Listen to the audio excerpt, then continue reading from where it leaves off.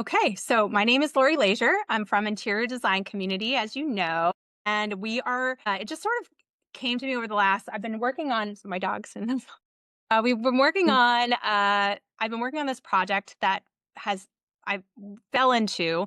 We put out a poll that was about um, how much money you make. And we had a designer I know very well who was making on the lower end. So we put them in a group and I was watching and I put her in a group with four other designers who made it the top level of that poll.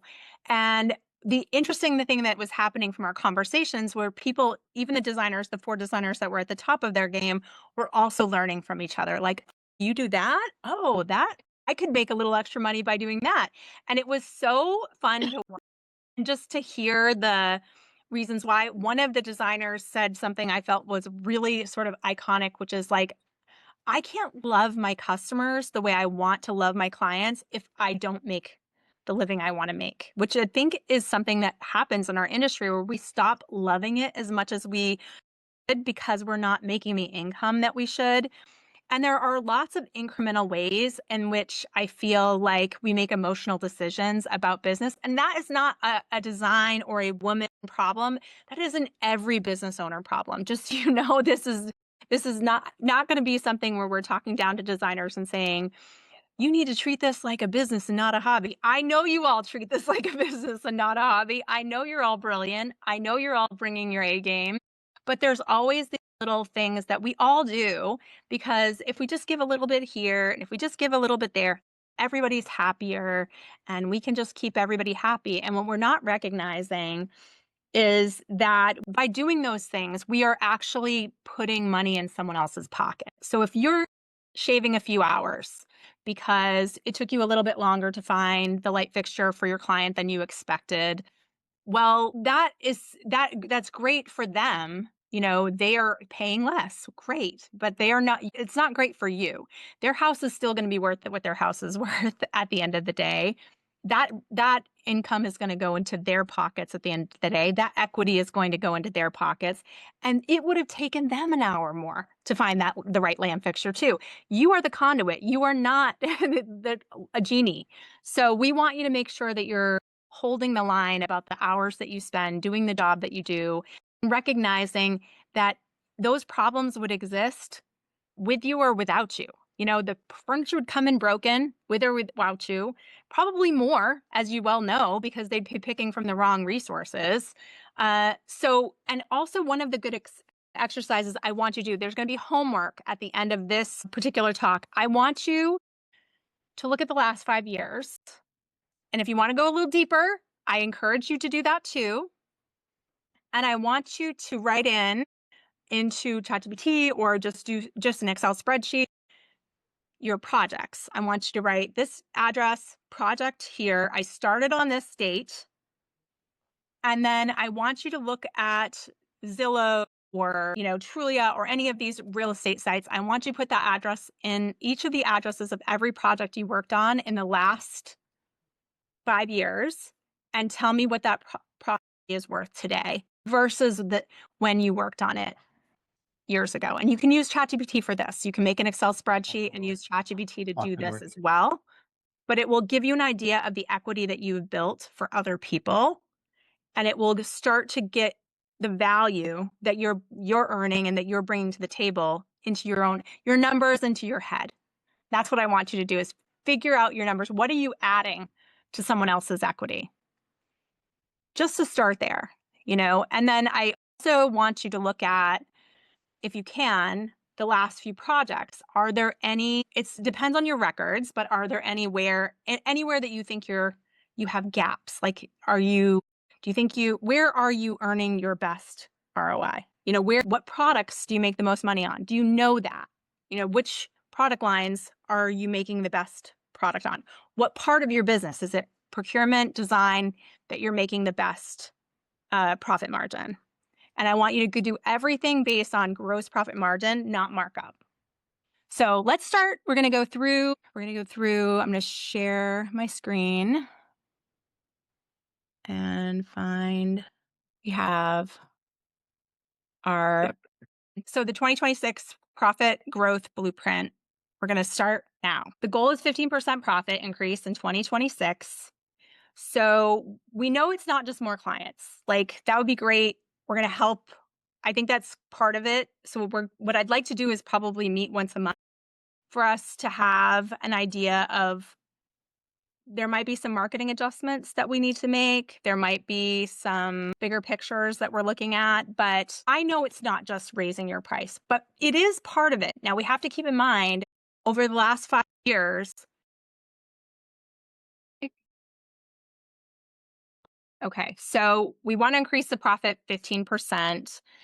And you do have to recognize, over the last 5 years, that we have had a 26% inflation rate. So if you're not like a 4.5 gross profit margin increase in the last year, even just in the last year alone, you actually are losing money. And if you, in the last 5 years, you haven't raised your prices 25%, you're probably losing money. And that's not because you don't want to be not kind to your clients. I know you want to be kind to your clients, but it's that everything else, it costs more for you. Your paper that you're buying for your office, your equipment that you're buying for your office, like your employees, everything else is costing you 25% more. So it is a little bit that you have to look at your numbers and what you're charging for revenue, but it's also those little, like as we talked about, those little areas in which you lose profit over time. And it could be a subscription that you have that you're not using. It could be a trip that you take that you really don't, that has no ROI for you. You're doing it from an ego-based thing versus it's actually going to benefit you. It could be an advertising that you lost money. And to look those things up and look at that strategically to make sure you're making decisions. Now, I don't mind. I mean, I'm here to help you. I think ego decisions are okay sometimes. I like to do things that I like to do myself. So I get it. Like, if you want to do a show house, if you want to do an ad in a magazine, as long as you know why you're doing it and what you think you're going to get out of it, and you've really done the math and you really understand that it is a loss leader, then whatever, it's your decisions. But I want you to look at that from an actual strategic standpoint. We're going to look at revenue gross and retained earnings net. I really want you to start looking at your income, like the income, the net profit, instead of just what you earn for revenue. Like how much revenue you have, how many sales you had.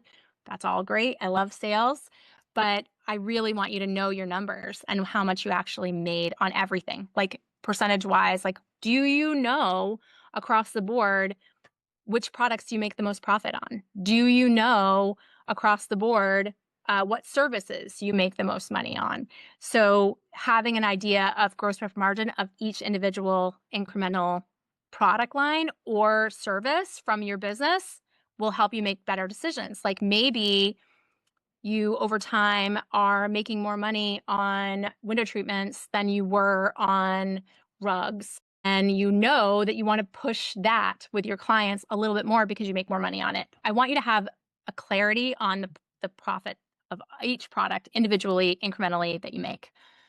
So without raising prices, because I know some people have some feelings about raising prices, you can start with new clients only. And I do recommend that. Honestly, I mean, it's hard to tell a client that you've already had a contract with that you want to raise your prices, even for a new year. And some of these projects drag on for a long time. You'll have to do that based on what you feel like would be acceptable and what contracts you've already signed with clients. But it's not bad to go to the table to say, we're adding this service, we're adding this part of our service. Sometimes I've had designers who mid-project have added project management fees because that has increased their profit, and they were just losing money from that, and they were just internally eating that cost. Sometimes it can be things that you're just saying, well, this is a new fee that we have where on top of the design services in our contract that we have signed, and sometimes you can't. It depends on the contract that you have with your client. But with new clients only, you can start to look at how you can increase. I'd also like you to really look at your project management fee, formalize that line item for site visits, vendor coordination, really drill down those hours that you're spending on all of the pesky things that you handle for your client, and remembering constantly they would be dealing with this problem with or without me. It is your relationships that actually make it go faster than it would if they were handling it on their own. You're picking better vendors so that they are more reliable. That doesn't mean always that everything goes smoothly, but you're decreasing the risk all the way around for your client. So when there is, that's not your risk to absorb. That's their risk to absorb as well. You can also look at setting minimum project fees. That is, I mean, that's what your vendors do for you as well, right? You have to have a certain amount of money that you're spending every month or every year, I mean. And if you aren't hitting those minimum spends, you're kicked out of the better pricing, right? So the same would occur to your client. So if you have a minimum projects fee, you can have a fee for that. Like if you're under that minimum project fee, then the project's going to be a little bit more expensive for you to maintain that. Okay. Let's dive in to margin versus markup. I think this is, I'm pretty sure that some of you have this wrong because we've had this as a poll in our community several times, and a lot of people get confused about margin versus markup. So gross profit margin is a calculation that you make. It's not the amount of money you're making from that. There's a formula for gross profit margin that you have to do, and it's usually it's a multiplier. So right here, you can screenshot this, or we'll be sending you this as well. To achieve a 7%, use the divider method. So sale price equals cost divided by 1 minus desired margin. So example is 1,000 divided by, you want 0.93 is $1,075. So your markup is 7.53 to keep a 7% margin. You can't mark up, like I'm going to mark it up 25%, and then that's your gross profit margin, 25% your gross profit margin. It isn't. So it's always calculated at a higher rate. So really make sure you're getting the average for an American business to be a profitable business is a 40% gross profit margin. And that doesn't just include product, that does include service. Things that are loss leader in your business, like you might sell appliances and you're not making any money on appliances. But you have to know about appliances, you have to talk about appliances, you have to spend time selling appliances, but you're not actually making any profit on the product. And those are, that's part of your business model, but you still have to make that up somewhere else. All that time and effort of talking about the appliances, learning about the appliances, you have to get to 40% profit margin to total make it worth it for you to have that information and to pass that information on. So part of that could be a procurement fee, part of that could be a design fee, part of that could be an extra service, like I will walk you through the appliances, but it's going to cost this hourly fee. Like that, you need to articulate back to your clients, but you should be making money on everything that you're doing. And overall, you're trying to do a 40% gross profit margin. Time leaks. Now, this is something that comes up a lot in the community. I'm sure you've seen the questions come in, things that you can, in project management charge for are follow-ups with vendors. And I know some of you don't because you're like, well, it's my fault. I picked the vendor. I don't feel comfortable charging them because I had to follow up with the vendor for 7 times. Would they be following up with the vendor 7 times if they didn't have you? Yes, they would. Everybody has to do their job. So don't feel bad for the time and effort you're spending helping someone else do work for you that you're working for. So charge for the vendor follow-ups, the back order management, the installations, but tell them ahead of time that is likely to happen, that a percentage of products are going to come in undamaged, no problem. That's typical.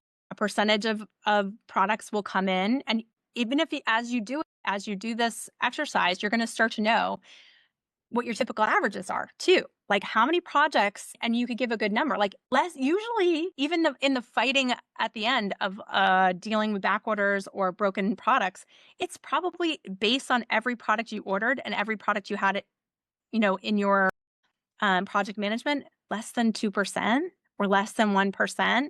But that doesn't necessarily mean that it doesn't take time and effort. And so letting them know that these are part of any typical remodel schedule or any typical new build schedule is just it's normal information that they should have in the very beginning, that a percentage of project management fees will be in follow-ups, back order management, installation supervision. That is whether when things go perfectly or when things don't go perfectly. I'm just here to be the middle man who makes this happen for you so you don't have to spend time doing it. But it doesn't mean it doesn't take time for me, and I'm going to have to charge you for that time. You can cap revisions, which I know many of you already do. A lot of people cap that at 2, and you build that into your price of your design fees. Additional changes become an hourly fee. Never have unlimited revisions, ever, ever, ever. You do not want, and I know some of you are new designers. I really want to talk to you in the room. 2 is average. Sometimes it's one revision, and then you're done. You're paying for anything extra. And this 5-hour reclamation, how we can over time through time management and spending some time management and smart automation start to take back some of the time that we are wasting in our work week. And we're going to work through that later on in this presentation. And hopefully, that will help too. So another thing I really, really want you to all do in this commitment is update clients weekly in an email. I think that clients always be giving the client value in their face. They want to know what you did for them this week. Every week they want to know how much progress happened for their project. Even if all you did was think about what you were doing, you still spent time on that project. And so you need to find a way to communicate to them, this is what we did to, it doesn't have to be detailed. In fact, I really encourage you to kind of keep it a little bit vague. So it doesn't have to be, I spent 15 minutes doing this and 25 minutes doing this and 30 minutes doing that. It can be 1 hour design time. That is time you spent thinking about the design and how you were going to work through problems. It could be 6 hours procuring pieces for this room, this room, this room. It doesn't have to be detailed, but it has to give them an example that something is happening for their project and moving forward. And then the last one is automated systems. As you know, AI has made huge advancements in automation, and there are lots of things that we can do that will help you automate. One of the things I've done recently is I created Zapier. Zapier is an automation tool. There's a lot of them out there. And you can research. I can give you some, if you want, email me. I can give you a bunch of different automation companies out there. And they basically say, if I do this, then it does that. And it can be as simple as if I post on Instagram, it automatically posts it in LinkedIn. If you're building an audience in LinkedIn and you want them to see the content you're doing on Instagram, you don't have to spend the time posting on Instagram and then posting on LinkedIn. For me, I have built a much more detailed automation that takes our questions of the day and helps me and takes it screenshots the longest or the most engaged comments, the ones that have the most likes in our questions of the day. And it pulls that as a quote, and then it puts that into a file that is turning that into a blog post for me with a very detailed description of what I want my blog posts to be, how I want them to be written. I have a whole, very, very long prompt that is all the things I like and don't want to see. Like, I don't want to see M dashes that look like it was written in ChatGPT. I don't want it to say, it's not this, it's a this. It's not just a designer. She's a dynamo and knows everything about design. I don't want it to do anything like that. So, and I also want a certain style of writing, and I've given them multiple copies of my style of writing. Like a warm tone. I like to be a little funny. I don't mind being a little edgy, but I want to put what I want in there. And then I'll go in and edit that a little bit. I even have ChatGPT have a very detailed description of what I want an image to look like that would go with that. Like, I like images that I know my audience is interior designers, they're women. I want the images that are used in my blog posts to kind of lean like Vogue style design, so, and maybe have a little sense of humor, maybe be a little bit fashion forward. I want the women to be creative. I want them to be multinational. I like what I like. I have a certain, style that I want that to look like, and I put a detailed description. And this is automating that for me so that I can look, approve, quick edit, publish, and I don't have to spend 3 hours doing the same exact thing. There are lots of things that you can automate so that you're not spending time on it. And anything you can, number one, it's saving you time, but it's also like when you get to that point where you want to hire someone, it's pushing that down the road.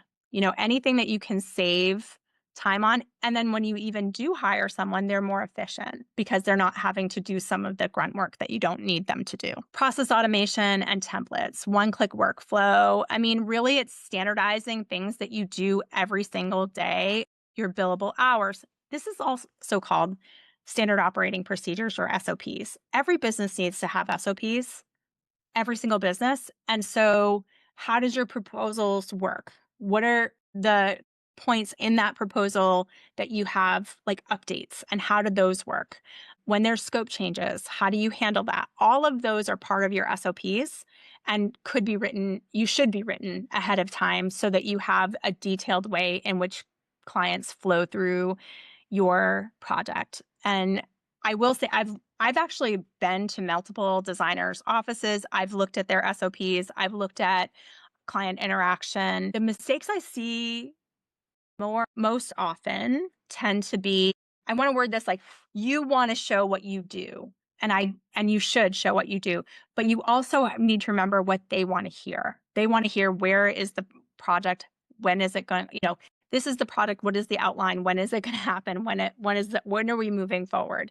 So remembering to keep it very detailed on that front really makes everything easier for you. Clearer language, less emotional language, the better. I see a lot of emotional words in proposals. Like, I feel like it would take this, take out feel, take out I'm sorry, take out, all of those things that are just keep it like information based. Approvals and sign-offs, try to make this as digital as possible for yourself. Punch lists and closeouts, standard checklists to ensure nothing falls through the cracks during project completion. These are standard. You work with these things every single day, but having it automated so that this is everything we look at the end of the project. And this having a standard form that you have with your branding and your information, it saves you time down the road. Ethical product margins and cash flow. Now, this is tricky, as so many of you know, because you're up against retail pricing, and that is always going to be. Now, I have designers who really have managed to sell their clients that I don't care what the retail price is, and I'm going to make 30% or 40%. I have a designer we interviewed for To the Trade that said, I make 30% on everything. And I don't care what it is. Like, if I'm looking at it and I'm picking it and I'm going through the effort of knowing about it, then I'm making 30% on every single thing, whether it is a retail product or not. If you're picking restoration hardware, I'm adding 30% as my procurement fee on top of that 30%. It's hard sell. I'm not going to lie. That's a hard sell for some clients, but there are designers who do sell that and can do that. It's always a tricky part. I know designers who are really big designers who will tell me that that is their biggest struggle too. That they have done, multi-million-dollar mansions and on the regular, and they're really good up until the point that they have to charge for that this at 35% or 40% markup on a light bulb or on the little, she organizes like tampons in the tampon drawer, and she has to mark it up that the tampon's up 35%. So increase, a way you can do that is increase your procurement fees 1 to 3%. I would encourage you to increase your procurement fees this year at least 4%. If I were doing it, I would do 4%. Set vendor minimums to avoid time wasting small orders. So you can do that too. Not just your vendors can set minimums. You can do that too. Like, hey, we're not going to order until we've got this much for the order, you know? So it also streamlines how much time you're spending when they won't make decisions on the whole thing. They're like, I'll approve that lamp.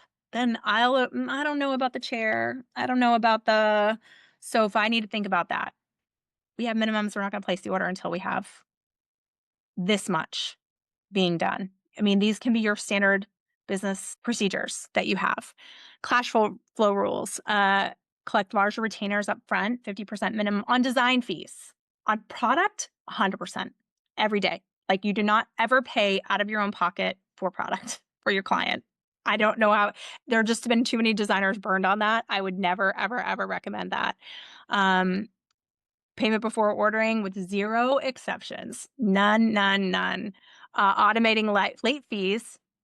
This is also something you can build in your contract, and something that it's not a revenue source you want to be doing, but it happens where a client is late in paying you. And it could be a good way to automate some triggers in your accounting software too, where if it is late this many days, they automatically get an email that they are late this many days. And if they're late this many days, they're going to have a percentage fee on top of that late payment. It's not unusual. I just want you to know other businesses do this all day long. So don't feel like you can't do this as well. It's just protecting your cash flow and your income and the time that you're spending. If you're spending, 5 phone calls chasing down an invoice, that costs you your business. That's a lost amount of revenue for your business because of the time that you've spent chasing the money. So it's worth it to charge them the late fee. Reducing expensive mistakes.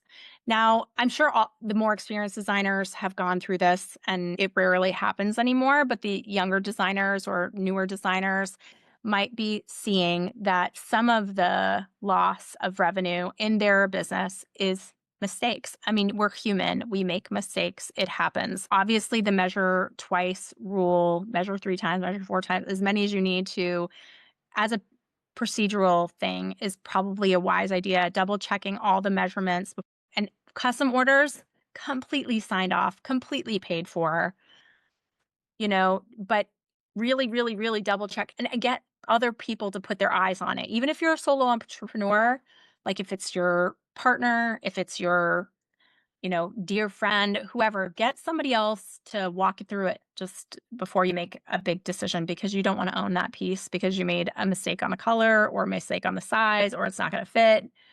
Double checking. Spec confirmation checklist, verify the colors, material. I have had designers do this, especially with sometimes the image on the website doesn't match what it is that you thought you were ordering. So that happens more often than I would like to see. So make sure that you're really confirming that what you're ordering is what they're going to get. As you well know, even every check and balance, you can get something that the client doesn't expect, or the color comes in and it isn't right. And those times come to me sometimes. I have many times in the past gone to the vendor directly for designers. That's not something I advertise, but it is something I do on a regular basis. Like, if there's a dispute that doesn't get resolved between the designer and the manufacturer, and believe me, it's the last thing I want to do is to be putting my nose in where it doesn't belong. But I do it because, of course, our numbers are so good that usually we get an answer back, and that's what we want to hear. So if you're have a reasonable claim and the manufacturer is holding a line that you feel is unfair, let me know, because sometimes, honestly, this happens because I don't know if you recognize, but there are some reps that are not actually working directly for the company. They're independently employed, and so it isn't not in their best interest to do returns, because it takes it off their commission and they have to have a loss on the books. Sometimes it's a communication error where it didn't go back to the right people. I mean, it's not always, but it happens. So if you do need me to intervene in those cases where it is reasonable, and I usually ask you for documentation, like you've done everything you possibly can, and it literally just doesn't make sense why they're not taking the return. It's obviously their mistake. Then I will say, surely this is a mistake, right? I won't have any hesitation to reach out to the president of the company, just letting you know. Photo documentation is really important. Make sure that you're documenting the photo. I had a designer who had 2 toilets come in from I won't name the brand, but they both were broken, and we put one of the videos on Instagram, and I got a message directly from the brand immediately, and they fixed the problem immediately. So documentation with a video or a camera really, really helps. The bottom 10%, the friction tax, this is a tough one for a lot of designers because it's these little you become so personally invested in the client and you like them and things happen, like a little bit of scope creep, just a teeny bit. Like you come in and what do you think about the bathroom though? Like it does need updating, doesn't it? And then at first your wall goes up and you're like, well, I'm here to do the kitchen and I'll have to talk to you about, but 6 months down the road, you're now friends with this client. So you're like, you know what I would do in that bathroom is this, and that. These things happen all the time, and because we're friendly with our clients and their long-term relationships, and they do affect your bottom line. They do it. I mean, you are building, and I want you to remember, and the reason I had you do the exercise in the beginning of looking at the equity that you have built into your clients' homes over the last 5, 10 years, whatever you want to do. Look at the addresses, what they were worth on the date that you started the project, and what they are worth today. Now, obviously, the market has increased the property values as well, but your work also helped increase the property value of that home.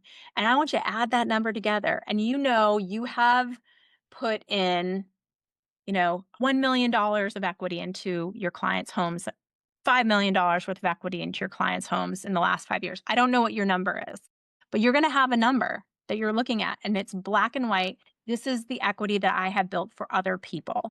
And then every time you think about just giving a little bit away, what you're doing is taking the equity out of your own home and your own life and your own bank account and giving it to these people that already have $5 million of your equity. Why would you do that? Right? It's just a mental exercise that you're doing for yourself to recognize where you're adding the value. I've added this much value. I deserve this much value for myself, and feeling not guilty about that. So the endless revisions, the emergency demands, it's a Saturday, but can these are things that you're just kind of doing a little bit here and a little bit here, and that can add up. It's just little bits happen to add up all the time. So, I want you to take a look at that. And if we collectively as a group are spending some time, and a dream would be to put 5 of you, each of you in groups of 5 and text message each other. So message me after this and let me know if that's something you think is a good idea too. But because I think you could keep yourselves accountable and you could do this step by step. It's not going to be an overnight thing. It's going to be, we're doing this together bit by bit. Okay, so there's a lot of questions, but I'll get back. I hope you're helping each other in the questions. I'm sorry, I'm not really in the questions too much. I'm just trying to get through this, but I will get there. Including improving your closing rate. So one of my first jobs was in sales. My first job out of college was for Charles Schwab, and I worked on the corporate side where we were trying to bring companies in that were already publicly traded, and we wanted their employee stock plans to be done with Charles Schwab. And it's a sales position to get them to do Charles Schwab versus any other company. And so they put me through a 6-month training course on sales. And there's so much to sales and sales psychology that really helps you close sales. I've written articles about it because it was enough training, that enough intensive. It was like 8 hours a day training for 6 months on what the sales process looks like, the psychology of a sales process. Like things were like, never say no. Say, I understand that, but da da da. And then, but some of it got drilled in so much into my head. I can read people differently than I could. And I did sales in the first part of my career. And I'm telling you, body language reading and people, they use the word, let's just say they use the word couch and you like the word sofa. Mirroring is a very powerful sales tool. I would encourage you just to use their word because it makes them not feel stupid that you're using different words, even though you know your word, it might be better than their word. Sometimes it's just let it go. Having these conversations that keep people and even matching a little language markers. Like they might say, I was just in California for Design Edge, and the design groups in California, and they have a particular way of speaking. And there were so many that still say things like rad and cool. And, it's just fun for me.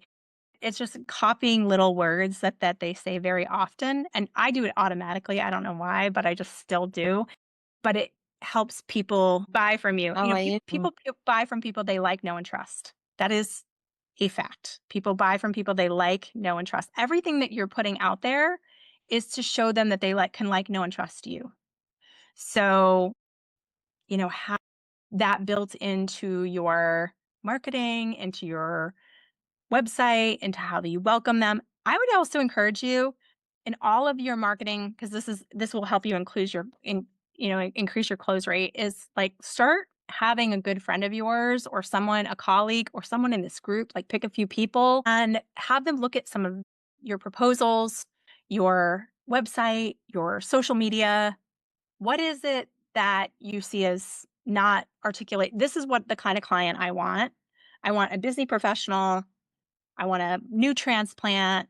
I want, these three clients that are called in marketing, it's called a client avatar. Like these are the three most likely clients that I would have. A new young family, empty nester, professional, single.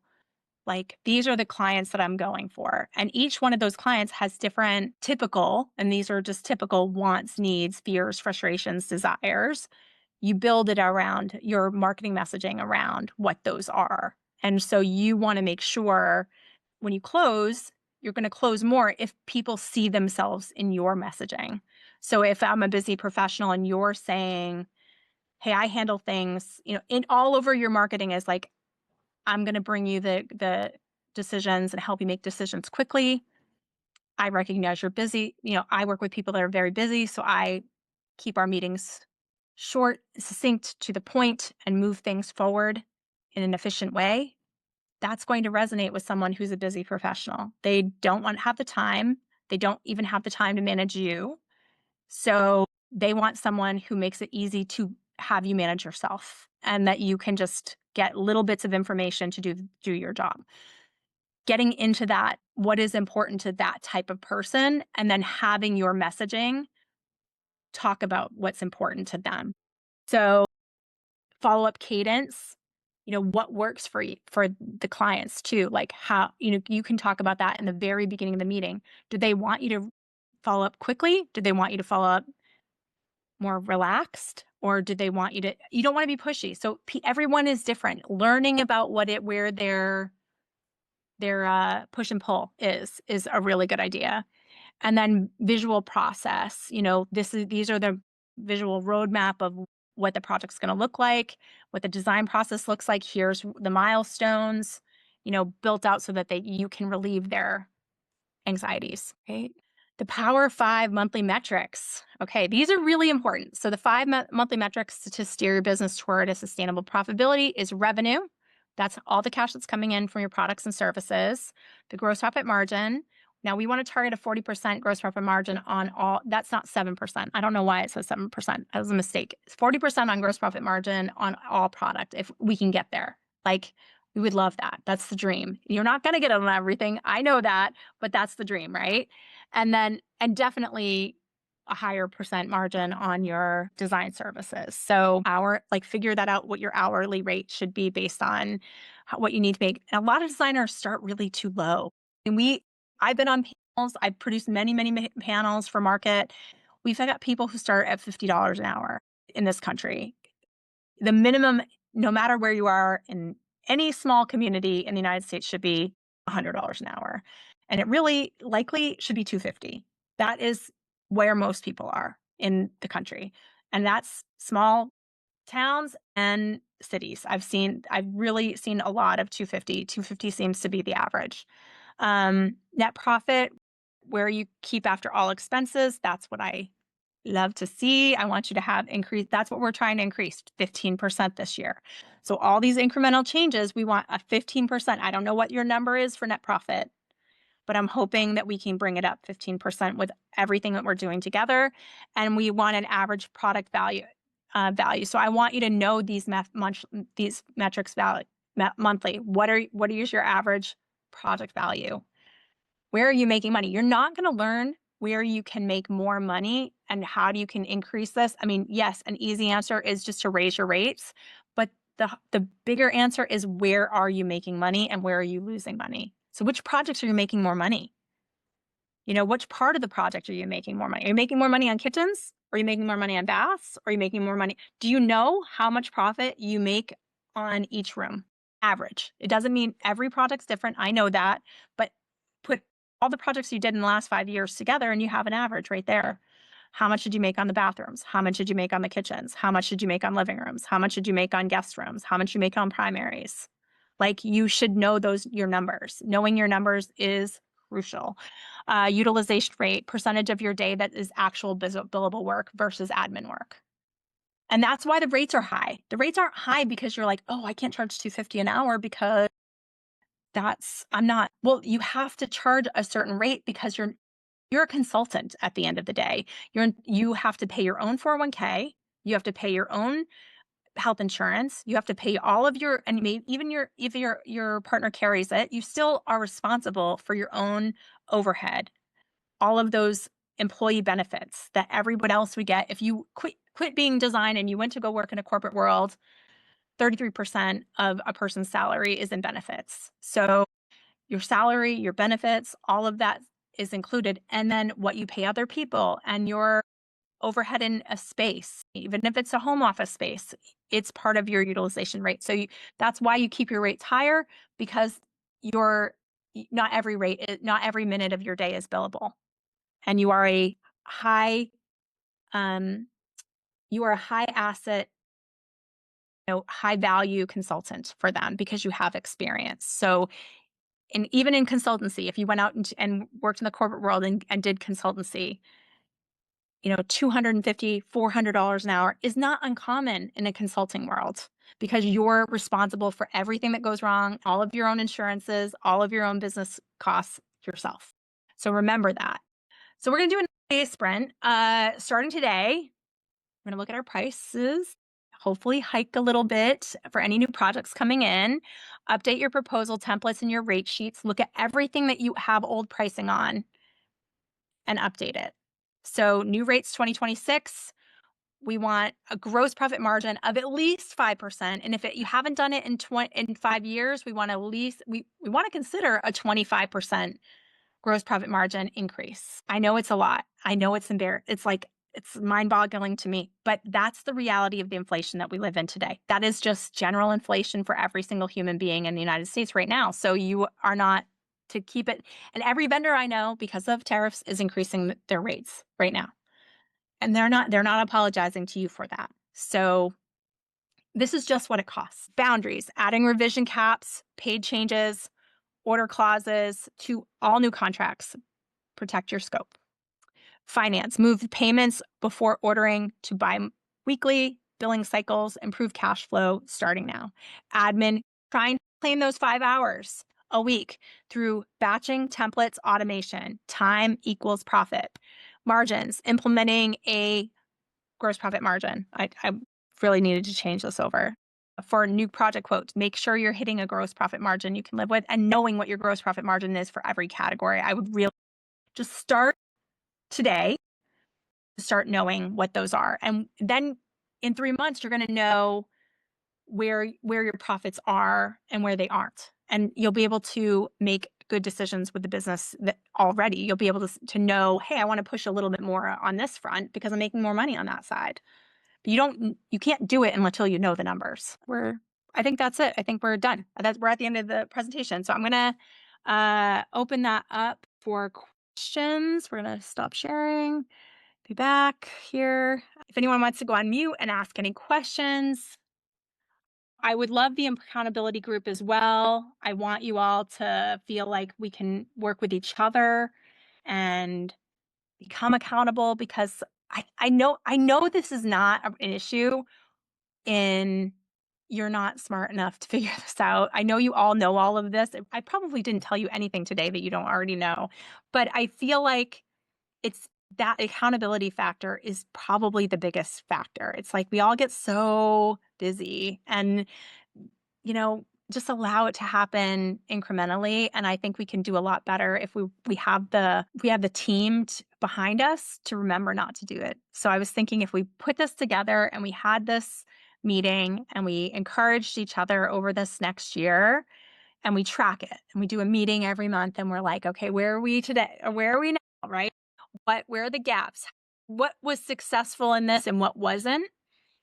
We can close on in on this together because there are so many. The next meeting we're going to talk about key performance metrics, where we measure, like what are the good measuring and what should we do weekly, what should we do monthly, what should we do annually to make sure our business is running and thriving. So, does anyone have any questions? Unmute. Lori, it's Jacqueline from Donnie Douglas. This was Hi. incredible. I love this. Oh, good. I just have a quick question. I'm going to ask it quickly before my young children start running in here. SOPs, how do you I started to develop them? They feel like a heavy lift as I start from the beginning. How do you recommend you start to do it kind of quickly or just to get some of these Honestly, developed? I've seen designers have some success with like standard SOPs to start off with. I mean, there are great coaches that offer a lot of SOPs, but there are some standard packages on Etsy that are not bad. Like, you That's just need to genius. have Yeah. like something, we all need something to start with to then like craft it and make it our own. But and they're someone else's, so you're definitely not gonna stick with every single thing. And there are even interior design guides like investment guide and all of the different procedures, but you can build this out. And then as you like a system, there's also something called scribe.how. I encourage you to write that down, scribe.how.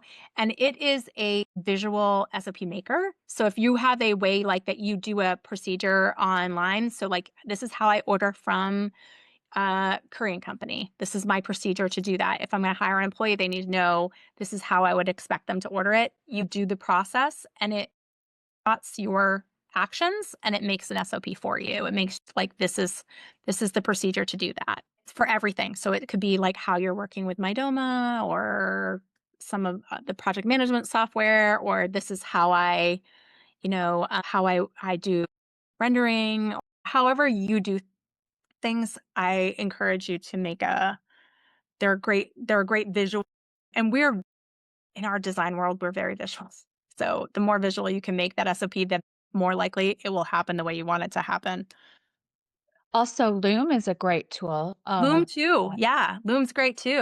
Loom does a really good job on once you have the SOP too, you can take yourself as a video.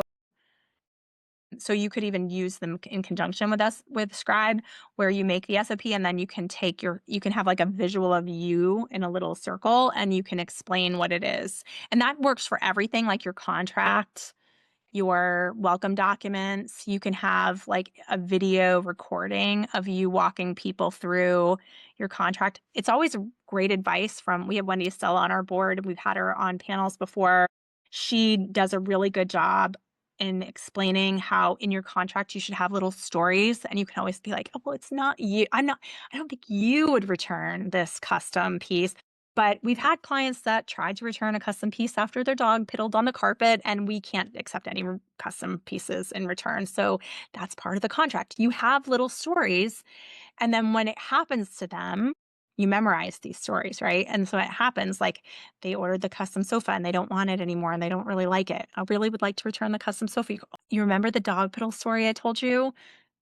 I can't take returns on custom because people remember stories more than they remember what you told them, especially if a lot of designers make the mistake of sending over a contract and then just having the client sign it without ever having gone through it. And it's really Loom is a great way to do that too, because it has a video of you going through the contract. If they don't, they might not even watch it, which I would even encourage you to do that in person. I like you to go through the contract yourself and say your little piece, but have a story for any pushback. And that's a sales tactic also, is have a strong storytelling as much as you possibly can for every beautiful piece you want to sell, for every little story of why you want them to sign this contract, and they have a little, you have a little reason why it needs to go the way that you need it to go for your procedure. Have a worst case scenario story in your mind, ready to go on all those. You know your contract, right? Like, you have points they don't care about, and then you have always these little hitchy points, like, we don't accept custom pieces back, or you have every piece of furniture, product is paid 100% upfront. You just say, well, I know you wouldn't do it, but we had a client that, you know, they we ordered the piece without getting that 100% upfront accidentally.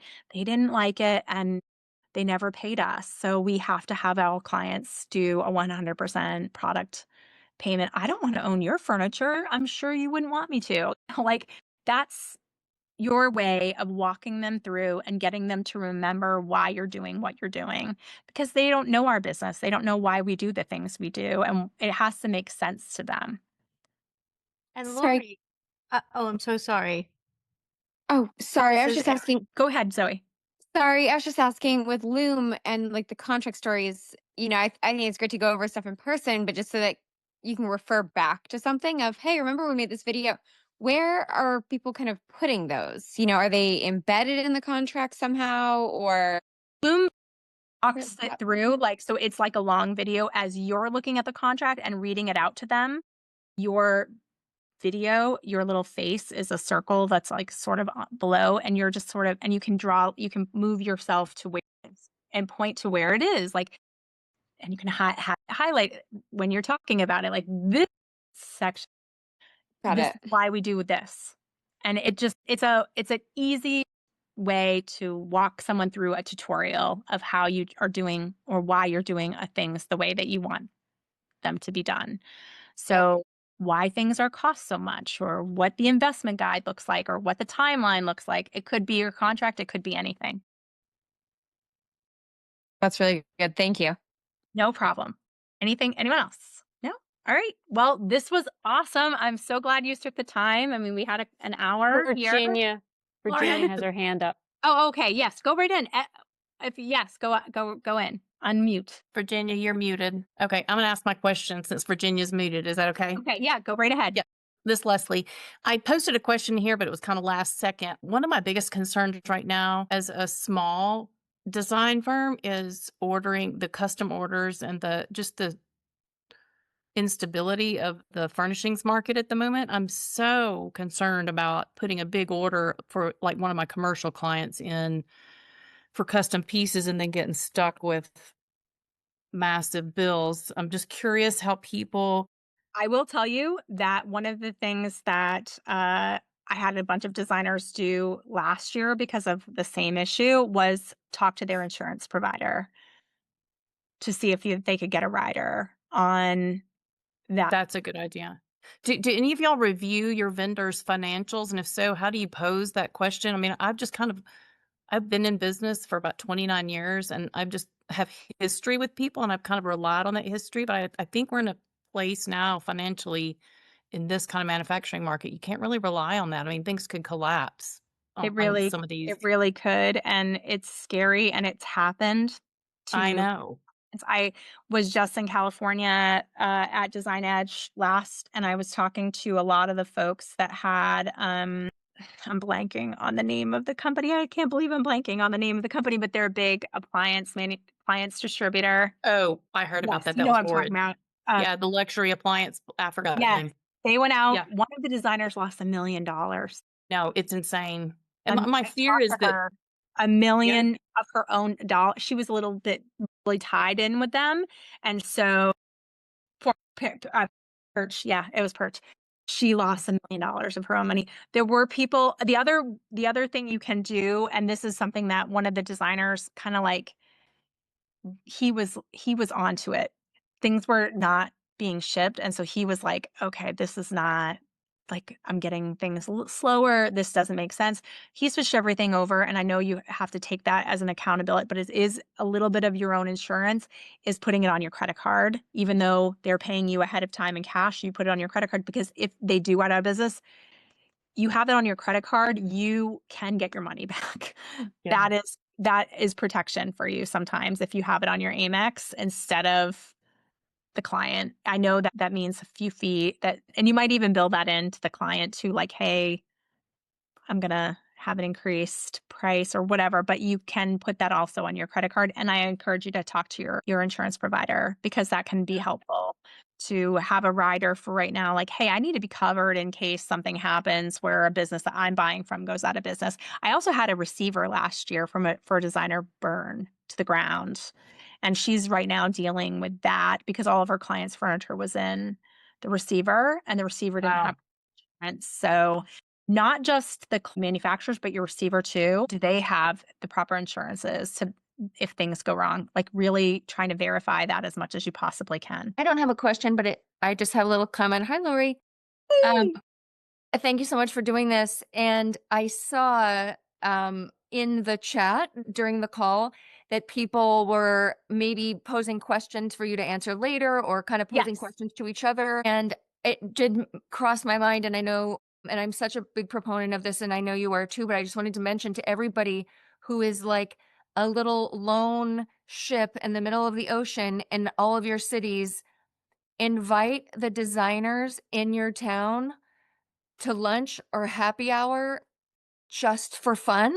And you would not believe how willing and excited everyone else is to commiserate, to share. It can turn into anything you want. And I started a group 8 years ago. Shelly has a It's group, amazing. the best. They do not compete with each other. They're so supportive. They go up for the same jobs, like literally head to head, in their own backyard, and so good to each other. Now, when I first started in interior design community like 13 years ago, I was sharing information regularly, and Susan Sarah, if she's still here, would tell you, like, people were kind of suspicious about it. They're like, why is this lady sharing information? What does she want? Seems really weird, you know? I think it was just people weren't used to it. And the industry has changed so much. There are so many great people. I will say sometimes a caveat to that is you might do that first time where you reached out and you talked to people and they were jerks. Like it happens. Or if you're doing it in a way that they feel like you're pumping them for information, even because you just have questions and you're like by yourself and you're excited to talk to somebody who might get it.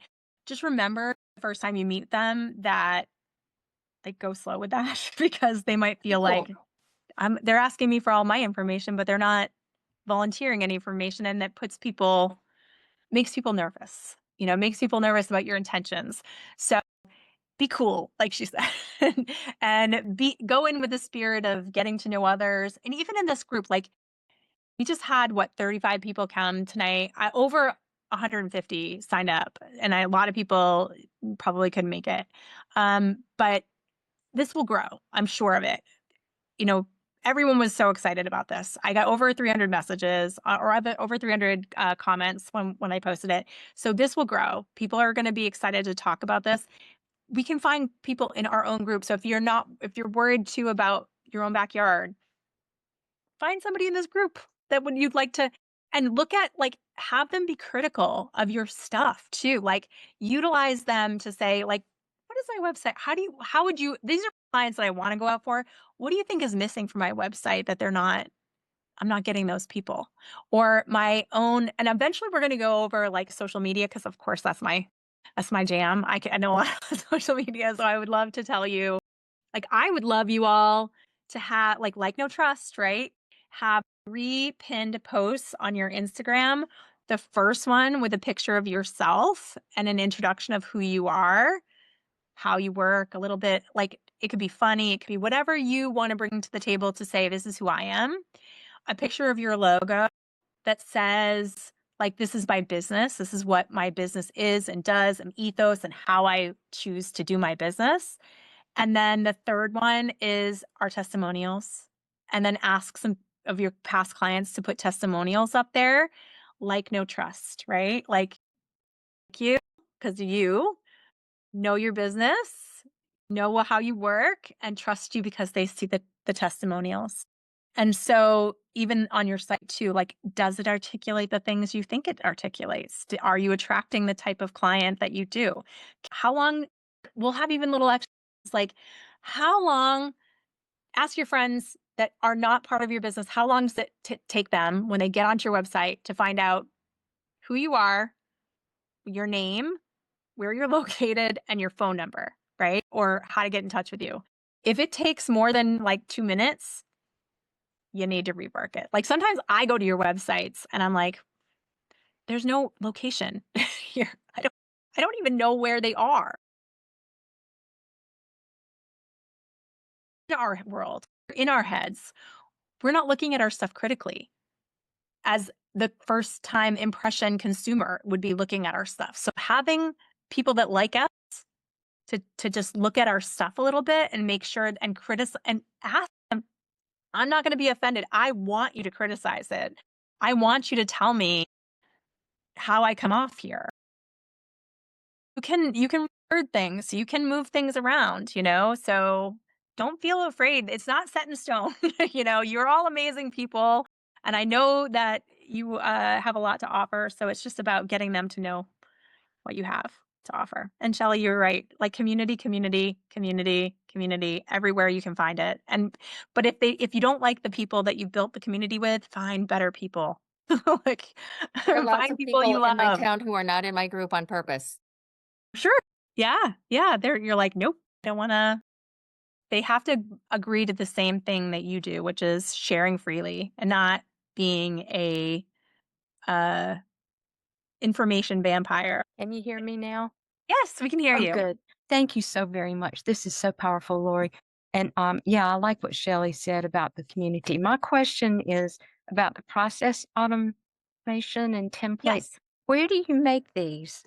So there are lots of different automation actions that you can do. I use Zapier. But I have other automation opportunities. I also have a thing called ManyChats, which helps me with Instagram. I have a Zapier that helps me with a lot of different automations, but it really can hook up to QuickBooks. It can hook up to project management software. It can hook up to your social media. Like it basically is built-in recipes. Like if this happens, trigger this to happen. And it can be very complicated. It can be if this happens, trigger this to happen, and then do this with it, and then do this. So my automation I'm talking to you about, it takes a picture of my question of the day. It takes my comment that I write under the question of the day, like was the question that was asked. It takes the most 3 to 6 comments that are most hearted, so the questions that got the most traction, and it puts that into an Excel spreadsheet, and then it takes that from the Excel spreadsheet and turns that into a blog with all of my writing as an example, and then it creates a photo also for blog posts, and then it puts it into my WordPress for me to review it, and then I can post it. So it does all those things. And I just look into WordPress and write a little bit and send it off. Amazing. It's crazy, the world. I mean, there are so many automations built in. I encourage you to look at it critically though, because and test it multiple times to make sure before you're like putting it out there and making sure it's going out to clients. And then even with things like that are ChatGPT, really look at like what looks like tells as much as possible. And even ask ChatGPT, what are your biggest tells? And then you know how to build the prompt without those tells, because you don't want things that look like they're automated. We're seeing more of it and more of it as time goes on. You don't want it to feel. It's okay to use productivity as long as there's you in there, like you're part of the process, so that your information, the way you work, the ethos in which you believe is part of that process. And so the more you put into it, the better it is. Thank That makes you. sense. But you're way over my head, but I do appreciate everything you Well, said. if you need me to step-by-step help, you reach out to me. I get paid by brands who support interior design community. So I don't charge designers on purpose, so that I'm here to be a resource for you. So that's what I do. Message me if we can get on a Zoom and I can help you work through some stuff too. Thank you. You're No wonderful. worries. Thank you so No worries. Happy to help. I really am. Any other questions? Lori, I have a quick question. Yeah. Let's see me at all. Hi, how are you? Good. So I'm a new designer. I've had my business for about 3 years. Probably, I took a little bit of a break because my husband wanted me to return to corporate, and I just wasn't happy. So I really kind of started to kick my business back up like 2 months ago, and it's doing better than it ever has. Great. But I guess I would just love some advice on like I wrote a quote for like 15K, and the lady was like, "Oh, I'm gonna shop around," and like just some advice on like how to kind of get over those stumps. Because I know you said like you should be charging at least $250 an hour, which is amazing. So I guess how to just like price with confidence and kind of how to overturn some objectives, I guess. There's a lot that, when you meet them, and this takes, I hate to say that on average, I'm seeing that it takes 10 years because I hate that. I don't think it should take 10 years, but it seems to, based on my research, take 10 years before a designer gets really comfortable with their numbers and comfortable with their profit margins and comfortable with telling the clients how it is. And then they do better because they're not apologizing. They're not reducing. They're not taking work that was never meant to go to a designer anyway. You have to sell the fact that you are what you're doing. You're creating the best outcome for their project. And that is not just picking beautiful things. That is space planning. That is understanding the flow. That's understanding the quality of materials. That's understanding.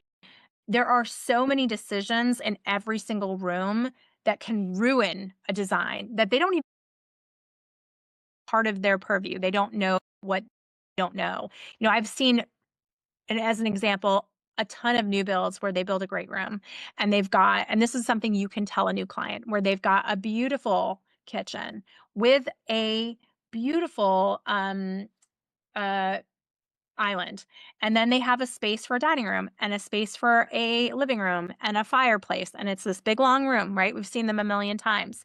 And then if you actually put furniture in it, if you put your stools at your island and then you have your dining table with 6 chairs around it, and then you've got a little hall space, and then you have your sofa, it's 2 inches away from the fireplace because you have no room. That builder did not pay attention to how person moves around the furniture, how much space is required to navigate that space. It looks great with no furniture. It looks like it's massive. Like, whoa, I could fit everything in here. But once you start putting everything in there, there's no space. And that happens thousands of times with thousands of different projects. And it's just like they didn't know what they didn't know until they wasted hundreds of thousands of dollars on the wrong size room. That happens all day long because people aren't thinking about how much room furniture takes and how much space everything takes to navigate around it. And so that's what designers do, is they think about things, how everything is utilized, not just how it looks as an open space, but how the floor plan is navigated. And so that's what I bring. That's what I would, if I was a designer, that's what I'd be saying I bring to the table is I am. And then through that, I also have a designer filter where I know, it doesn't mean that I'm going to not make mistakes, but I know every product line. I know every good quality manufacturer. I know the best case scenario for, how much grout you would use on tile, what color that should be, how I want to. I mean, I know how to make the best possible use of your budget because I take your budget and I take what's important to you and I try to fit everything into it. I know there are some people who $15,000 is a lot of money to them. And so maybe that isn't, they're a DIY client. Maybe they're not a design client. And I'm not saying it doesn't hurt sometimes to lose people where you're like, oh, I could have gotten that client. But overcoming objections is to build in the value that you bring to the table because of the experience that you have understanding floor plans. And believe me, there are major, major builders out there who do not understand floor plans and would put a $2 million house that does not have enough room for a sofa, a dining table, and your bar stool. So, that's Yeah. what you're bringing to the table. No designer would ever do Yeah. that. But 15,000 is a lot. I mean, I would love to get to someone who doesn't blink at 100,000. I mean, we all would. I mean, Yeah. people want value for money, and that is always going to be the way it is. So it is up to you to present yourself as the best value for the money. You're there to protect the budget. You're not there, to spend it wildly. You're there to make sure that and this is true of every designer I know. I'm sorry, but you are all experts at making that budget go the furthest. Yeah. I don't think any other person on the project cares as much as you do because you're personally invested in the outcome. Those photos are your calling card. So you want that, but you want $15,000 to look like $30,000. You want $100,000 to look like $1 million. Know all of you. I know how you work. I know that that's what you're doing with that budget. You're like, okay, I know they would need the best comfortable, if they're doing a whole home, they need a best comfortable, we're going to put the money in the pieces they're using every day, the things they're touching every day, the things that are going to increase their quality of life. And then we can downgrade on those spaces that aren't, but you still care that overall everything holds up, looks beautiful, and that you can do that final photography. It's in your best interest to give them an outcome that also produces more work for you. Laurie, I have a question for Shoshana, if you don't mind. Ooh. Do you have a particular is there a particular area of interest that you have? I mean, we're all different. I mean, if you polled any one of us, our business model probably they all look different because some of us are more construction and interior architects and space planning experts, or some of us, really love lighting design. Some of us do whole house furnishings. Some of us, everybody's different.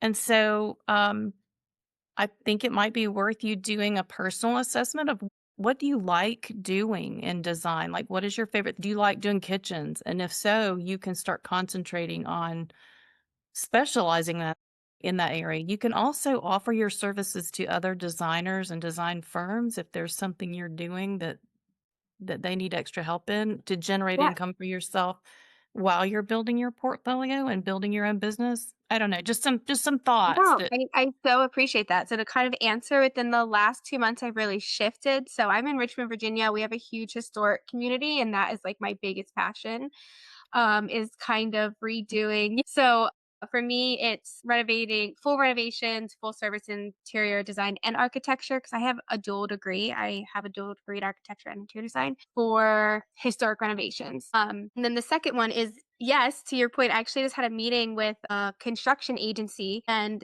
they said yes to they're giving me 3 projects as a tester. So I start with them as well. So great feedback. that's So I did it. terrific. I would It's just drafting work, and That's they have perfect. kind of design, but I was like, look, if I could get my foot in there, who knows what it'll lead to. So I was like, yeah, let's do it. And I know keep several interior that up, designers who started too. off I would doing say drafting for people. keep that up with outreach. There's Okay. people, I think designers forget how many people they can collaborate with that are interested. So if this historic renovation is what you're interested in, really deep dive into what else is a person who's interested in buying a historic home also doing. Do they go to the local bookstore that is downtown? Do they like to drink at this particular tea room? People who love historic things tend to love a lot of historic things. So they might love museums. Are they a member of the local museum? These are ways that you can build content around things that would attract your client, your potential client. Yeah. You could build out, you could do Valentine's Day, historic restaurants in Virginia that would be an amazing place to spend Valentine's Day. You could write that as a blog post. You share that out to Instagram, tagging the businesses that you are. And if, I mean, it's just like all of us, we all love when we're named in a blog. People reshare tomorrow, like the best interior designer in Virginia. You're going to share it immediately with your audience. Well, they will share it with theirs too. So, all of those businesses that attract the same kind of client that you do, reach out to them too, the owners, the managers, get to know them, tell them what you're doing, tell them your passion is, and then, keep in touch, keep in touch with referrals and your referral network. I mean, if you can get 5 people that you could reach out to every month as a course of business and expand in your friendship. I mean, look at the years. I've been 13 years in this interior design industry. When I came into the interior design industry, I knew 0 people in the interior design industry. And now I know 125,000 of you. So, I mean, like, how? I don't know. But it's just you're relentlessly friendly, relentlessly reach out, get to know people, care about them too. It happens for you. And I just saw this question too. I find that clients who shop around don't really value what you are adding to the project. And I just want to say, from a sales experience, that's not always true. I know myself, I love a deal. I'm a bargain shopper. Or some people, even with the biggest budgets, they just love a deal. They just love, and sometimes you can be like, I get it. I totally love a sale. I love a deal too. And there are times where I will be able to save you money on something. I got something as a sample sale. I got something on the floor. I'm going to try. When I can save you money, I totally will. But then there are going to be things that I have to show you because it's my job to make sure this house lasts and this is a good product for you. And I might find something that is so unbelievable jewel worthy that you want to have it in your house and you can't resist. So it's my job to show you that stuff, but I don't worry. I get it. And I'm here to protect your budget. And sometimes people need to feel like you are on their side on that, that you care about their budget too. And I know shopping around, sometimes you have to commiserate with them and say, I understand why you want to shop around, but this is what that does. It actually sometimes extends the time it takes for me to finish the product. And it costs you more money in the long run, because that definitely does happen to you guys, right? They're shopping around, you've already done your selections. Then they're like, oh, I saw this on Wayfair. Look at it. It's close to what you have, but it's half the price. Have all of your overcoming objections stuff down. Be like, look, I get it. I've been this in the press on Shein and it turned out to be plastic. I've done the same things as you do. But what I tell you is that, do you want to replace it in 6 months? Because it's garbage. Even as a designer, I've done the same thing. I bought stuff at Wayfair, and yeah, sure enough, it was garbage in 6 months. I don't want you to do that. I'm trying to get you a little bit more so you don't have to replace it in 6 months. You can replace it in 6 years. And I guess I should clarify, that $15,000 that I mentioned, that wasn't her budget. That was just what I Good. gave a flat fee of. Yeah. She had a healthy budget of, I think it was $60K. Okay. So the 15 was just this is what I will just do for my design work. So yeah. I think that's absolutely reasonable. I mean, Yeah. you're taking that, and even explaining to them, I'm an independent contractor. I pay my own insurance. I pay my own health care. I am technically a consultant, and that's why I have to keep it. But I am also really good at what I do. And I'm Yeah. really good at my specialty, and I am a really good advocate for your budget. That $15,000 is worth every single penny because I save you money and I make sure it's done right.